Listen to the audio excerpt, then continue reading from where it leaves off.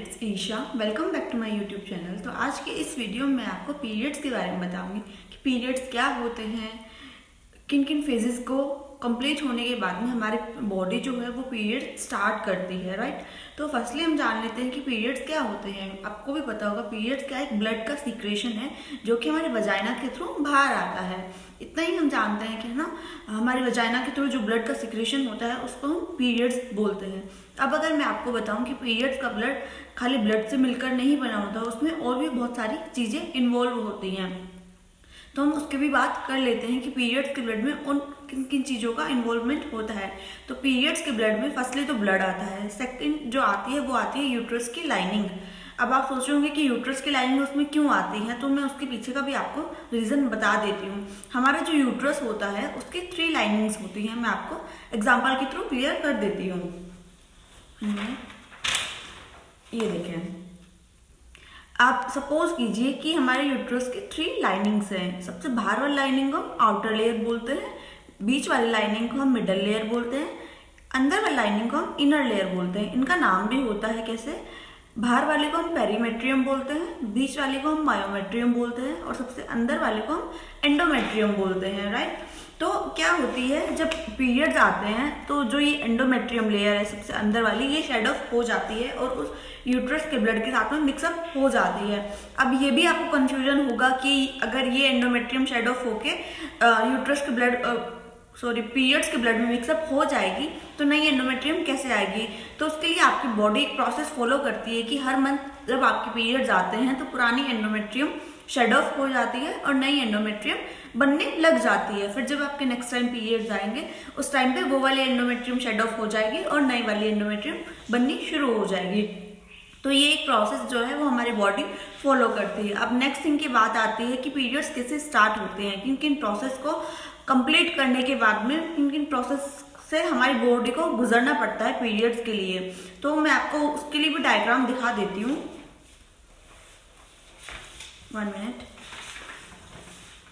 ये आप देखिए, आई होप कि आपको ये डायग्राम याद होगा अगर आपने मेरी प्रीवियस वीडियोस देखी हैं। अगर आपने मेरी प्रीवियस वीडियोस अभी तक नहीं देखी है, प्लीज़ आप उनको देख लीजिएगा, तभी आपको ये वाला पार्ट समझ में आ पाएगा, राइट। तो ये क्या है, हमारा फीमेल रिप्रोडक्टिव सिस्टम है, राइट। और ये क्या है, इसमें सर्कल वाला स्ट्रक्चर, ये हमारी ओवरीज होती है जिनका काम होता है एग को रिलीज करना, एग को बना के रिलीज करना। इतना मैंने आपको बताया था।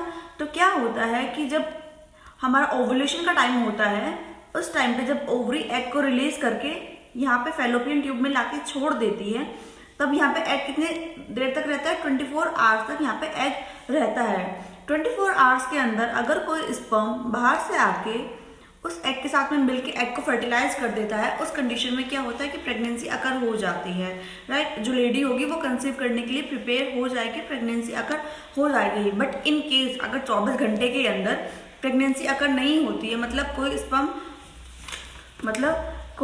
स्पर्म यहाँ पे जो एग है उसके साथ, यहाँ पे जो एग है उसके साथ में आके नहीं मिलता है और फर्टिलाइज नहीं होता है एग, उस कंडीशन में क्या होता है, हमारा जो एग होता है वो ब्रेक डाउन हो जाता है और हमारी बॉडी जो है यूट्रस को कमांड दे देती है कि हमारा एग जो है वो फर्टिलाइज नहीं हुआ है, तो अब आप पीरियड्स के लिए या मेंस्ट्रुअल साइकिल के लिए प्रिपेयर हो जाओ। तो क्या होता है, आफ्टर 14 डेज बाद, मतलब ओवुलेशन हमारा 14 डेज पे होता है, राइट।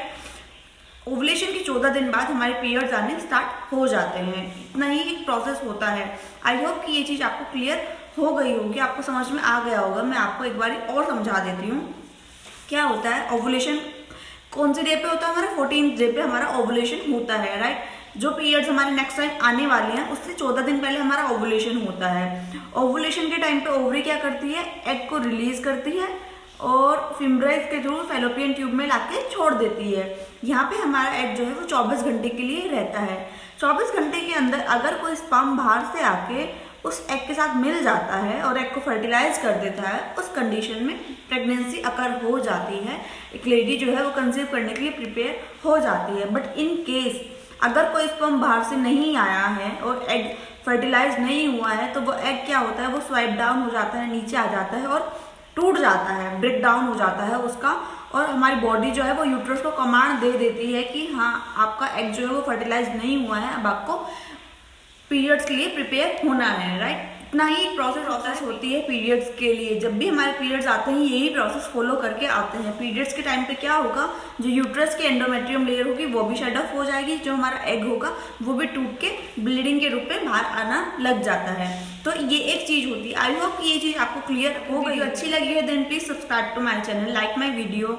अगर आपको ऐसी इन्फॉर्मेटिव वीडियोस और चाहिए तो उसके लिए सबसे पहले आपको मेरे चैनल को सब्सक्राइब करना होगा। प्लीज मेरे चैनल को सब्सक्राइब कीजिए, मेरी वीडियो को लाइक कीजिए। अगर कोई भी डाउट है रिगार्डिंग योर हेल्थ, अगर आप कोई भी हेल्थ प्रॉब्लम है तो आप मेरे को कमेंट बॉक्स में कमेंट कर सकते हैं। मैं उसके रिगार्डिंग सॉल्यूशंस आपको देने की पूरी ट्राई करूँ। Thank you guys, thanks for watching. I will see you in the next